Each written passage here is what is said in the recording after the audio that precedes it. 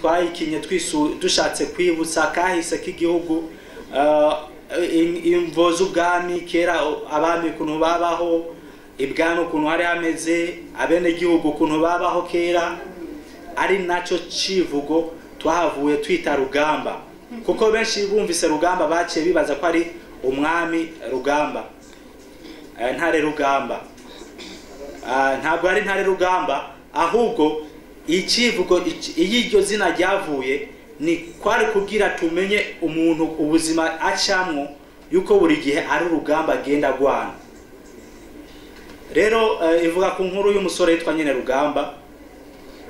Uwo musore yarabayeho ubuzima butari bushimishije, ubuzima bwari bugoye cyane, kandi uwo musore yarifuza kubona ibwami, ariko ntabwo yari bwabona ibwami kuva avuka. Hanyuma aho musuri izina arakora ikosha kuko nta muntu adakosha niko abakera bavuze, nta muntu adakora ikosa, mugabo iryo kosa yahitewe n'ubuzima yarabayemo. Umuntu arashobora gukora ikosa bitamuvuye ko, ariko ari hamwe avuga ati nta kundi ndi bubigenze, ari gupfa napfuye reka ndabikore. Rero yakoze ikosa atavyiteguriye kandi nawe nyana atabishaka, kandi yarazi neza yuko iryo kosa akoze rishobora kumugirira ingaruka mbi zikomeye. Nyuma yo gukora iryo kosa nk'uko ibihano byategekanijwe ubwami, yaraciriwe urubanza rwo gupfa, ajyanye ubwami agiye kwicwa. Mugabo Imana isumba imanga niko bavuga, kandi uguteye umugeri gikere ubucunguruje. Muri uko kujanwa gupfa mu rupfu rwiwe nivyo byahavuye aba umwami. Bisigura yuko muri urwo rupfu rwiwe rwahavuye rumugira umwami, ariho iryo zina ryavuye Rugamba, yuko yagiye agwana n'ibintu byinshi harimo n'ubuzima. Jewe ndi ngaha ni jewe njejwe kumenyekanisha iyi kampani, mugabo nkabandi ijisho rya kampani muri uno mwanya. Banyakubahwa murongoye amashirahamwe, banyakubahwa bamenyesha makuru, batumire bahire, tugire amahoro, sangwa amahoro n'iterambere ry'amareresi mu gihugu cacu. Kuri uyu munsi uri hejuru, Lipson Technology Company iramutse ishira ku mugaragaro ibikorwa byayo bibiri. Ibyo bikorwa byayo bibiri navyo akaba ari byo Buja Pay TV hamwe n'ireresi yitwa Rugamba, akaba ari byo hanini bidukoranije ngaha. Murashobora kwibaza ati mbega iyo company yitwa Lipson Technology Company niki? Lipson Technology Company ni societe yavutse mu 2019, ivuka ifise intumbero yo guha agaciro cyane cyane ibyaranguriwe mu Burundi, ibicishije mu mico kama ndetse no mu buhinga ngurukana bumenyi. Nukuvuga ko rero Lipson Technology Company ikaba ifise ibisata bitatu. Igisata ca mbere ni gisata citwa Buja Pay.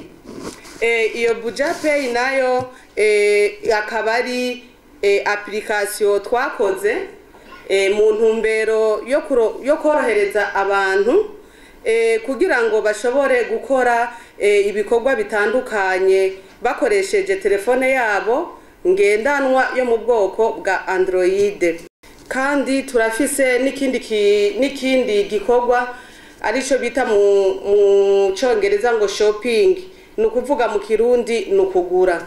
Nukuvuga ko twebwe tuzoba dufise ama alimentation, tuzoba dufise ama restaurant, tuzoba dufise ama boutique n'ibindi bindi. Nukuvuga rero yuko muri ico gihe umunywanyi azoba afise Buja Pay mu telefone yiwe, nukuvuga azoba afise application ya Buja Pay muri telefone yiwe. Turafise n'ikindi gikorwa, ico gikorwa citwa One Card. Nukuvuga One Card ni karata imeze nk'ijya carte ya carte bancaire, zijya bakoresha muri banki. Ni ukuvuga ko rero umunywanyi azoshobora kubikamo ama electronique, hanyuma agiye azoshobora kuyikoresha mu kugura amatike. Ni ukuvuga ko tuzoba dufise ama agence y'amabisi, ni ukuvuga ko afise iyo carte azoshobora kugenda kuri agence hanyuma yerekane iyo carte azoba afise. Iyo carte nayo izo birimo ama electronique ya Buja Pay. Ni ukuvuga yuko azoshobora gutanga iyo carte bakayicisha mu mashini, kuko ayo agence zoba dufitaniye kontra, tuzoba dukorana. Iyo carte bazoyicisha muri ka mashini hama bamusohorera itike, ashobore guca yerekana ce yurira bisi, ashobore kwerekeza iyo azoba agiye. Ego turafise n'ikindi bita One Transport. Ni ukuvuga izoba ari karata izoba igenewe kugura amatike, ari byo bijyana babwiye yuko tuzoba dufise ahantu tuzoba twaragiraniye kontra mu bisata bitandukanye, tuzoshobora gukoresha iyo application ya Buja Pay. Nkaba ndi umuyobozi w'ikinyamakuru Isangi Media. Isangi Media ni kimwe mu bisata vy'ishirahamwe Lipson Technology Company. Ni ikinyamakuru cyatanguye mu mwaka w'2021, kikaba cyatanguye cyitwa eVibe Media. eVibe Media twarandika amakuru duciye ku rubuga ngurukana ubumenyi rwa Facebook. Tumaze kubona yuko ari izina, tumaze kubona twongera twakira n'akamo k'abatari bake batubwira ku bijyanye n'izina, kuko eVibe twari dufise intumbero yo gutanga amakuru yose yo mu karere ka Afrika y'ubuseruko. Nibisobanura ni East Africa Vibe. Muri icyo gihe rero twarakiye ako kamo, turavyiga, tubona yuko twohindura izina, tukafata izina ry'ikirundi tucadushira rero mu izina twahisemo Isangi Media, Isangi rya bose. Bisigura yuko uwo ari we wese umwene gihugu ahari hirya no hino mu gihugu, irya ntererano yiwe yerekana yuko afise uruhara mu bijanye n'iterambere rya Isangi. Rero nta byinshi novuga kuri Isangi Media, ndangije nkengurukira mwebwe mwese mwahevye ibyo mwari gukora ariko mukaza kugira ngo mushobore kudushigikira. Ndakengurukiye cyane, ndongeye ndakeje bagenzi bacu babamenyesha makuru, ndabasaba ko mwokwikomera amashi na cyane cyane ko dusangiye umwuga. Abakinyi b'amareresi namwebwe ndabakengurukiye na cyane cyane ko tuzokorana, turafise ibiganiro bitandukanye. Muri ivyo biganiro harimo ikiganiro cyitwa Warubazi. Ni ikiganiro twakiramwo uwo wese afise icyo yakoze gishobora gutanga ishusho nziza y'igihugu, kikongera kikanagiteza imbere. Turafise ikiganiro kiri mu rurimi rw'icyongereza, mugabo ni izina ryonyene tugikoresha mu Kirundi, mugabo cyitwa Made in Burundi. Duha agaciro ivyaranguriwe ngaha mu Burundi. Muri ico kiganiro twakiramwo uwo wese afise umugambi yatanguye ari mutoyi, mugabo ugaheza ugatera imbere kugira ngo ashobore guhamagarira abandi gukora nk'ivyo we yakoze, nawe aheza atera imbere. Turafise ikiganiro citwa Ndindira Tujane. Ni ikiganiro tuyagisha abo bose tubona yuko bakiri inyuma mu bijyanye n'iterambere, kugira ngo nabo banyene bashobore gushikira abandi muri urwo rugamba rwo gutera imbere. Turafise n'ikiganiro cyitwa Inshuti Ishika. Inshuti Ishika ni ikiganiro, muri ico kiganiro duha ijambo abo bose uca wumva inshuti bakundanye barafata ingingo yo gukora iki, yo guteza imbere cyangwa gushika muri kazoza kabo. Donc abo bose bafite umugambi wo gushinga izabo.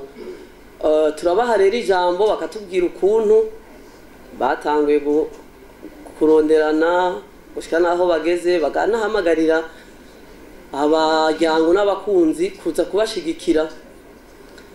Gushika ya masaha ivyo nivyo biganiro bica ku mbuga zacu, mugabo turafise intumbero yo kubandanya n'ibindi biganiro bishobora kugira ico bimariye abarundi. Nuko rero nkengurukire cyane amashira hamwe yakoze uko bishoboka kose aratwitangira mu kudufasha. Reka mbere kuri koperative twese turashoboye.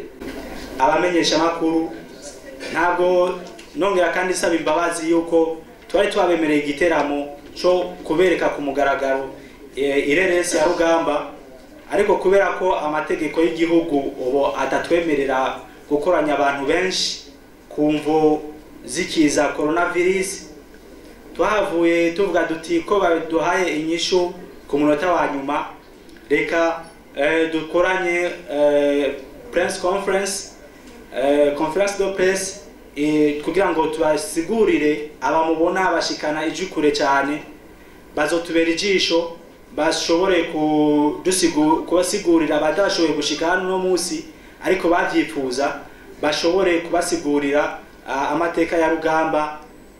Ndazi neza yuko nabo nyene iza kubashimisha kubera ko twari abakoze ku mitima n'ubuzima twese dusanzwe tubamo, n'ubuzima bw'indoto twabayemo, n'ubuzima bwa kahise. Dukomera amashi abamenyesha makuru bose bari hano, ntacyaguye ngo nuyu cyangwa nujya, tubakomera amashi yewe.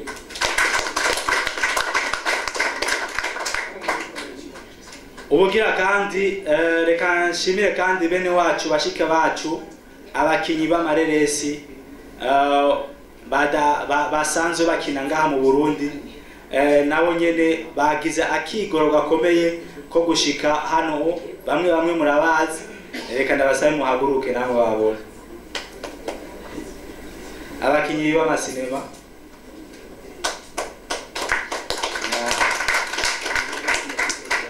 murakoze cyane. Sinogera kandi nashiriye amashira hamwe yadufashe mu mugongo, sininda kuyasigura kuko bayavuze ko cyane. Muri ujya mutima nyene mwakoze mubandanye mushigikira amafilme ndundi, kubera ko biratunanira gushika kure. Aha twese dufise indoto, hari abakinyi benshi bafise indoto zo gushika kure.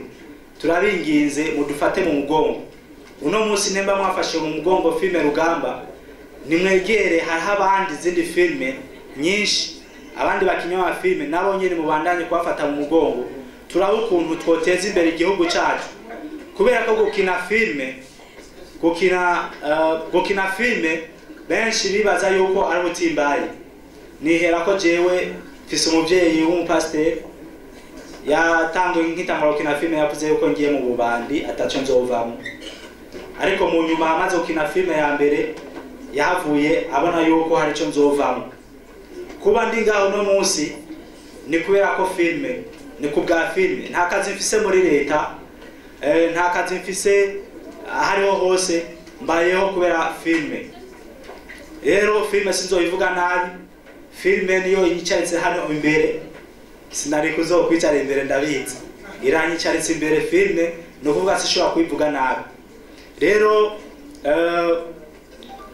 umuntu wese tumushigikire mu byakora, tutaravye ngo ni iki cyangwa ni iki. Rero nkaba ndangije kandi ubugira kandi ndabashimira cyane byimva mutima, ndababwira yuko ntitwabahamagaye ngaha kugira ngo tubereke filme, oya, twahamagaye ngaha kugira ngo tubabwire amateka ya filme. Mu kanya gato cyane ndabona haracyasigaye iminota 26, turaza kurabira hamwe filme ya Rugamba premiere episode kuri saison ya mbere, kuri application ya Buja Pay TV, kuri channel YouTube ya Buja Pay TV, kuri page ya Facebook ya Buja Pay TV, no kuri site web ya Buja Pay TV. Site web ni tv.bujapay.pe. Murakoze cyane, Imana ibahezagire. Nabasinabwiye amazina yanje yose kuko ni maremare, kuba tashoboye kuba bari ngaho imbere nivuga nitwa Nipo Girizi Girizo Ringo Ringizo gato gahuzika mjuru rusasa usamprote toto bizana uzambote manamu murakoze cyane.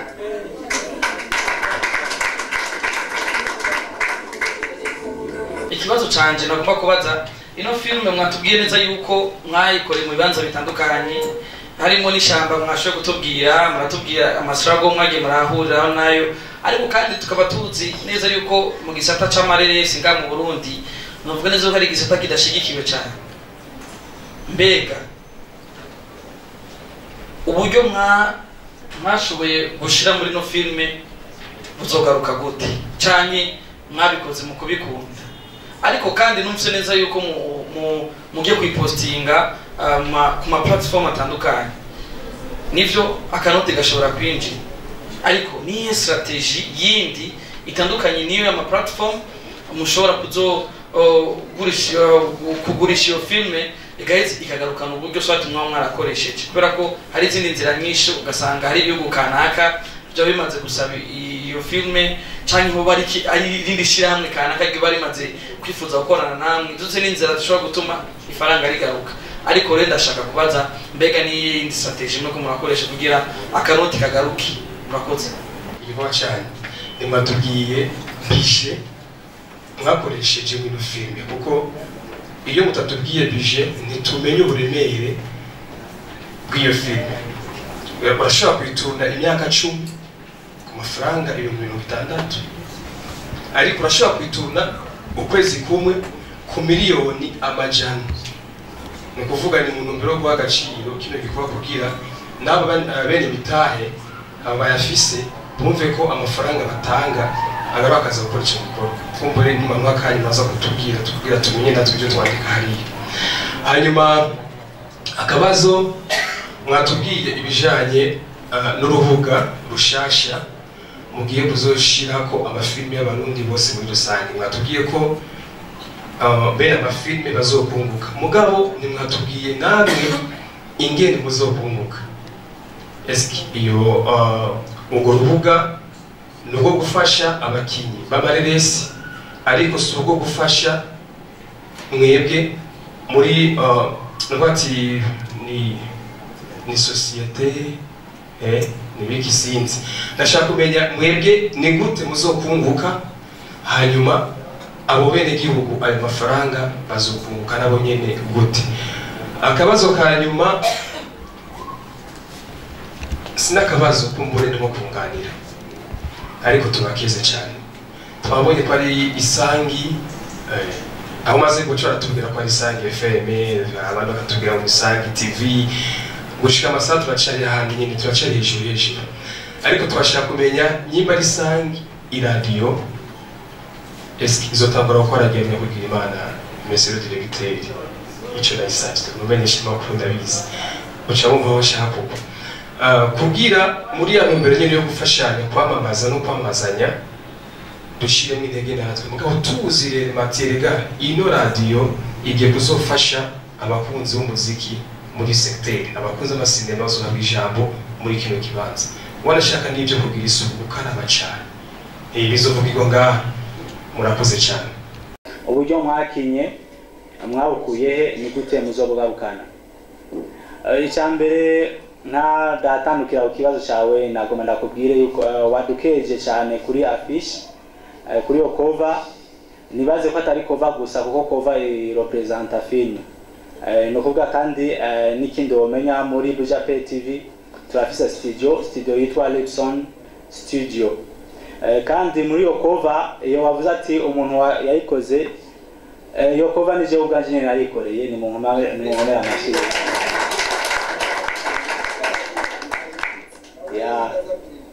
ndetse na production yose izo filme nije ndazikora. Hanyuma uburyo mwakinye mwabukuye ni gute muzobugarukana twavuze yuko ino filme kugira isohoke twafashwe mu mugongo n'ino application ya Buja Pay TV ndetse n'andi mashira hamwe atandukanye harimo n'uyu muvyeyi wacu wa Lipson Technology yakoze ibishoboka byose mbere ubuyobozi bwa Lipson Technology ngigwe kumbere ndanabushimira cyane byimva mutima ku gikorwa cyiza yakoze kandi nizere yuko atari twebwe twenyine bariko barafasha bazofasha n'abandi kuko hariho benshi muri kino gihugu gifise impano. Uburyo rero twabukuye muri sponsor twahawe kandi twongera turafashwa kandi n'andi mashirahamwe. Ati muzobugarukana gute? Twabisiguye kare yuko filme intumbero ya Buja Pay TV ari uko tuzoshiraho ari nka Netflix, abashobora kurabira filme kuri Netflix barabizi yuko uri buri kwezi. Rero iyo udandaje ikintu kandi uzi yuko umuntu akiraje akuha amahera, bivyumvikana yuko rero nawe wewe wadandaje kandi ujya muntu yakiriye amahera uronka nawe amafaranga. Rero ico uko niko novuga ati uburyo twobukora kuko sinokubesha ngo tuzodandaza amasede, ivyo byararenganye. Sinokubesha ngo tuyitware kuri Etenebe bari ngaha barabizi neza yuko badufasha mu kundi kudifiza, ariko ntibadufasha mu buryo kandi barabizi ko dukoresha amafaranga menshi. Sinovuga ati mwebwe wa promoter muzo yaduha amafaranga, ico mukora nyene cyo kudushikana kure, hanyuma mumaze kudushikana kure mukatumenyekanisha, abantu nabo bakayiraba, abantu bamaze kuyiraba bakayiriha, abantu bamaze kuyiriha natwe tukabona gukubita ku mufuko. So ikibazo cyawe ndibaza nuko no cishura. Hanyuma inje kuri Kivodo bije reka ndayikwishyura kuko ni jewe byose bihagaze ko. Ati bije mwakoresheje ingana gute? Yes, yavuze ati ni watanga ukuboko kw'iburyo ukwibubamfu ni kumenye ibyo ari byo. Sindiko ndiyemera kandi sindiko ndabiyemera ko by'ukuri byadutwaye uburyo burebure cyane. Ino filme kuri kushika irindi hera yadutwaye uburyo burebure cyane, mbere ku miliyoni 4 kuduka. Kandi iyo hatabaho kwitanga kw'abakinyi, ayo mafaranga ntiyari gushobora gukinwa muri iyo filme. Biragoye sinzi ukuntu bibasigura muzobibona muri filme. Impamvu ndiko ndababwira ati iyo hatabaho kwitanga kw'abakinyi ugiye guharura nayo mafaranga usanga ari make cyane. Rero nuko ikibazo cyawe no kwishura ni bije. Hanyuma ikibazo wabajije urongoye Isange araza kwishura cyari cyo kibazo nyene cya kabiri. Ati namwe muzunguka gute nk'abakinyi abene igihugu bazunguka gute?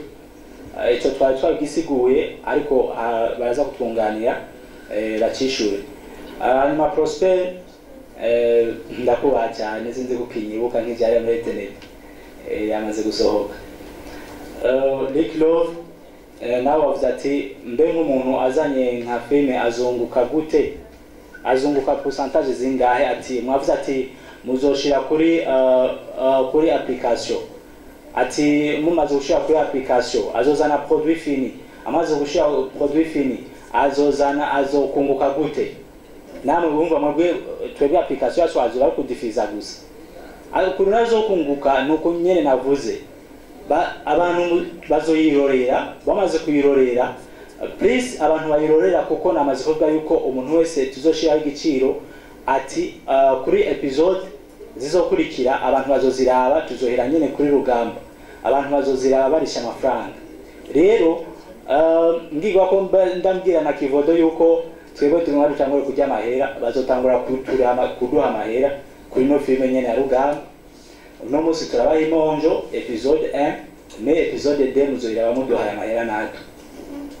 Nta kuntu twoguma tubaha ibintu for free, natwe ni muduhe tubeho kuko namaze kubisigura neza nico kidutunze, nibwo buzima dusanzwe tubayemo, nico kidutunze.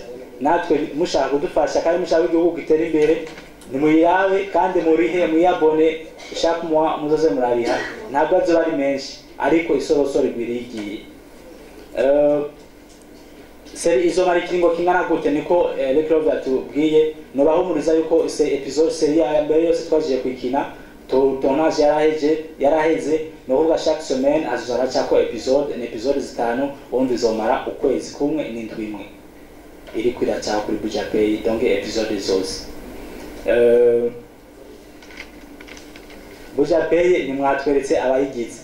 Buja Pay ni application, ntabwo Buja Pay TV ni application, ntabwo ari urubuga rwo kuri televiziyo nka kujya usanga ngo ufisa umujournaliste ngo ufisiki.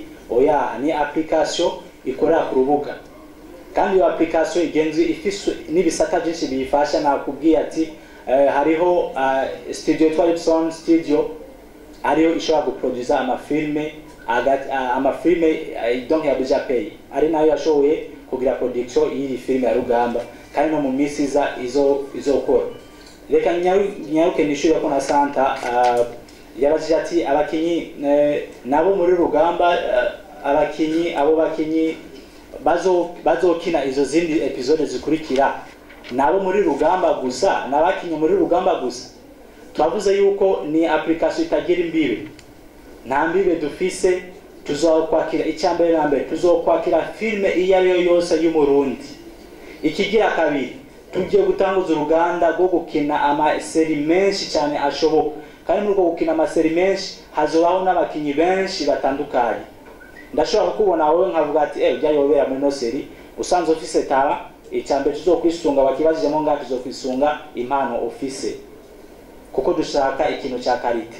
Hanyuma ikintu cy'amasezerano ni ngombwa hazotizwa kuba amasezerano y'umukinyi na Buja Pay TV, ariko sa amasezerano ashobora kuvugira nga kuko benshi barabizi iby'amafilme barabizi ukuntu tugana duhangayika.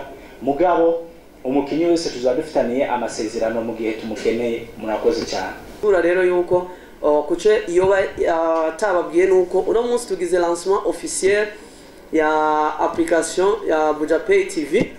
Mugabo Buja Pay TV yari imaze gutangura gukora kuko hariho abafise amareresi mugiye ko n'ubunyene musanga ko amareresi.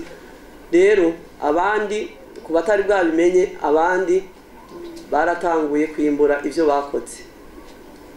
Ari naco gituma babateye akamo babwira bati abantu mufise ibikorwa vyiza bishobora kwigura ni mwiture ku muyobozi wa Buja Pay TV hama mumvikane. Jero ku bibazo vyanje reka ko kibazo cyabajijwe na Jean Patrick Kivodo wa RFM ati mbega Isangi ni radio ni television hoho izotangura gukora ryari? Ni Isangi Media. Isangi Media nababwiyemo dufise journal en ligne ni wezi 3 akaburungu Isangi akaburungu net. Kuri urwo rubuga nyene hariko radio online, bisigura yuko dutanga ibiganiro tuba dufise dutanga kuri ku rubuga rwacu rwa Facebook, YouTube na Instagram. Ubisanga no muri ya radio yacu ica kuri rwa rubuga ngurukana bumenyi wezi 3 akaburungu Isangi akaburungu net. Ku kijanye kuri ico naho ati izotangura ryari, turacari ko turegeranya ivyuma mugabo turakora kuko nibiganiro byaratanguye. Ibiganiro byaratanguye, ikiganiro inshuti ishika urukundo rushitse ego murantunga urukundo rushitse cyaratanguye. Ugiye no ku rubuga rwacu rwa Facebook uragisanga ko ikiganiro warubazi ego ico naco nyene cyamaze guca kuri urwo rubuga. Ikiganiro giha agaciro ivyaranguriwe ngaha mu Burundi, made in Burundi, naco nyene kiramaze kurenga kiramaze guca kuri urwo rubuga rwacu. Ikiganiro ca mbere caciye ko ku munsi w'ejo. Murumva rero yuko Kivodo twaratanguye gukora mugabo ico no kubwira nuko nakubwiye imigambi dufise muri kazoza. Twifuza yuko yoba radio ivugira ku murongo wa FM hama ikaba ni television ishobora kubonwa n'umwene gihugu uwo ari we wese ahari hakoreshejwe platforme zitandukanye. Hama kukindi ngira ndakwishure ko nishure umuntu yitwa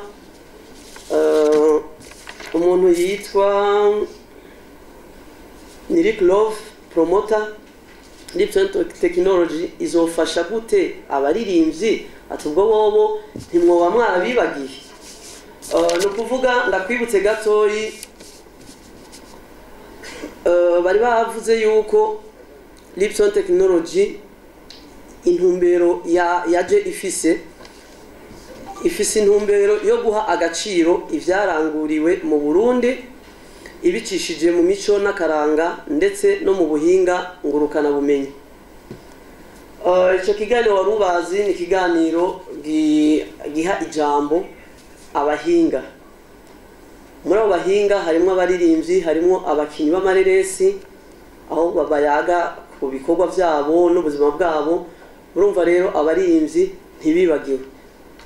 Uwo muntu wese afise ingabirano Lipson Technology ntigeze imusiga inyuma. Sinzi ko ari kintu wanibagiye mugabo umengo navyishuye byose. Murakoze.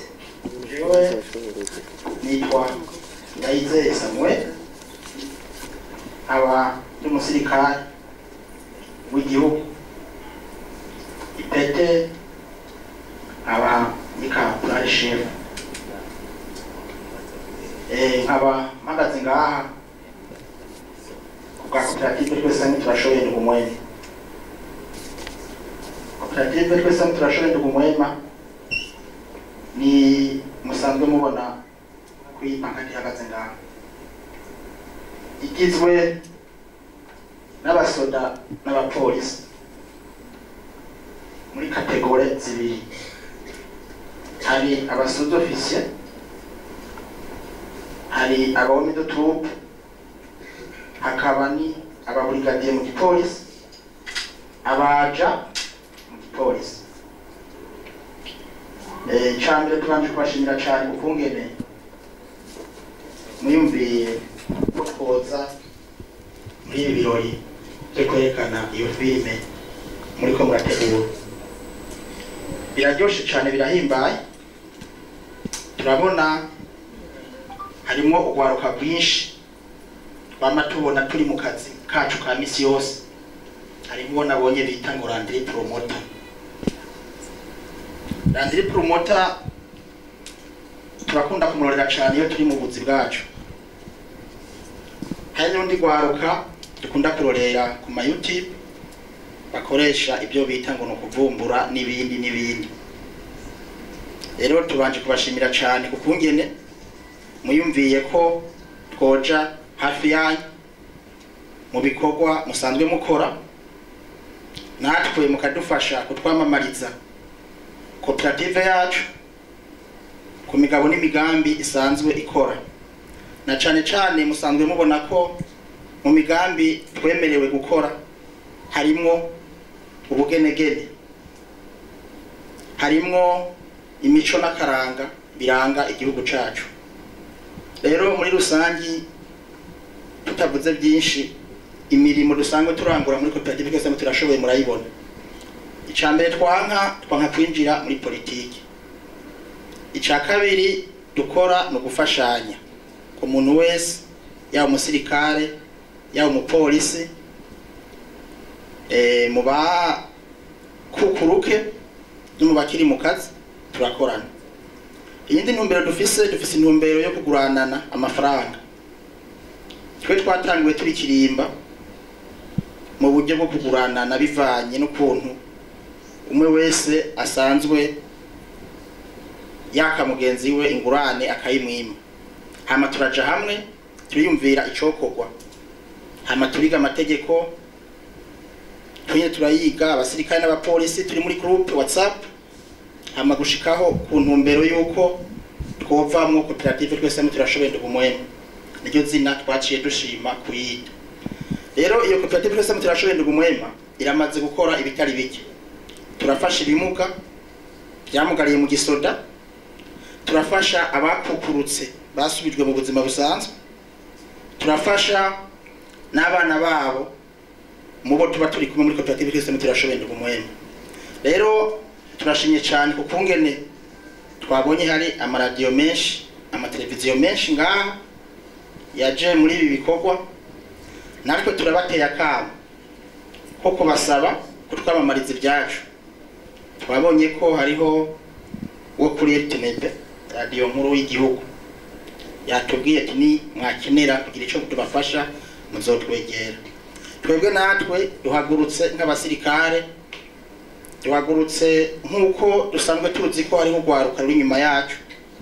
Ico tworuhanurira ca mbere twobahanurira kuja hamwe mukiga imyuga, mukagira ubugenegene bunezera igihugu, kuko mukoze ibi ni vya bindi muzosanga bwa bumwe bw'abarundi bwamaho.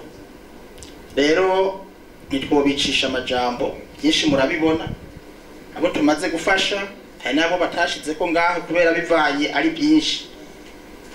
Rero intumbero yacu nuko n'abakiri inyuma boza tukifatanya kugira twese tuje hamwe twungurunani nk'ababandi bamavuga ati mbe abasirikare n'abapolisi ko tutababona muri ibi na biriya, tugendane muri ibyo by'ubugenegene, tugendane muri ibyo by'imyuga, tugendane.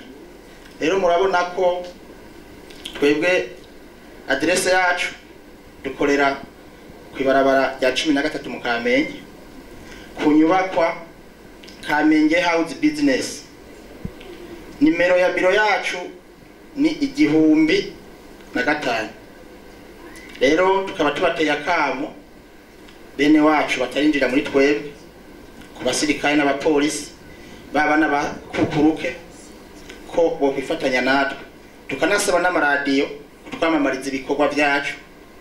Natwe nitwaba arico dukeneye kubafasha tuzobafasha tugifise.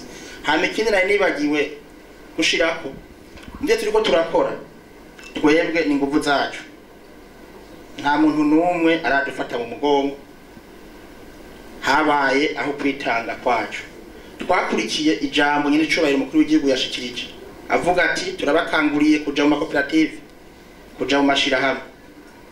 Benshi muzohava mwimba ati mbe n'abasirikare nabo batanga kuja ku maradiyo. Ya turi ku maradiyo kubwo koperative yacu ku migabo n'imigambi myiza isanzwe irangurira bene wabo, haba mu basirikare haba no mu bakukurutse no mu badamu babo. Twebwe ari nk'umudamu agwaye turagira nk'ikintu bita bakunda kuvuga mu mico y'ikirundi ngo arambe, tukamushikako arico dufise tukamuha. Ari ugwaye dukora uko nyene, ari witavye Imana dukora uko nyene.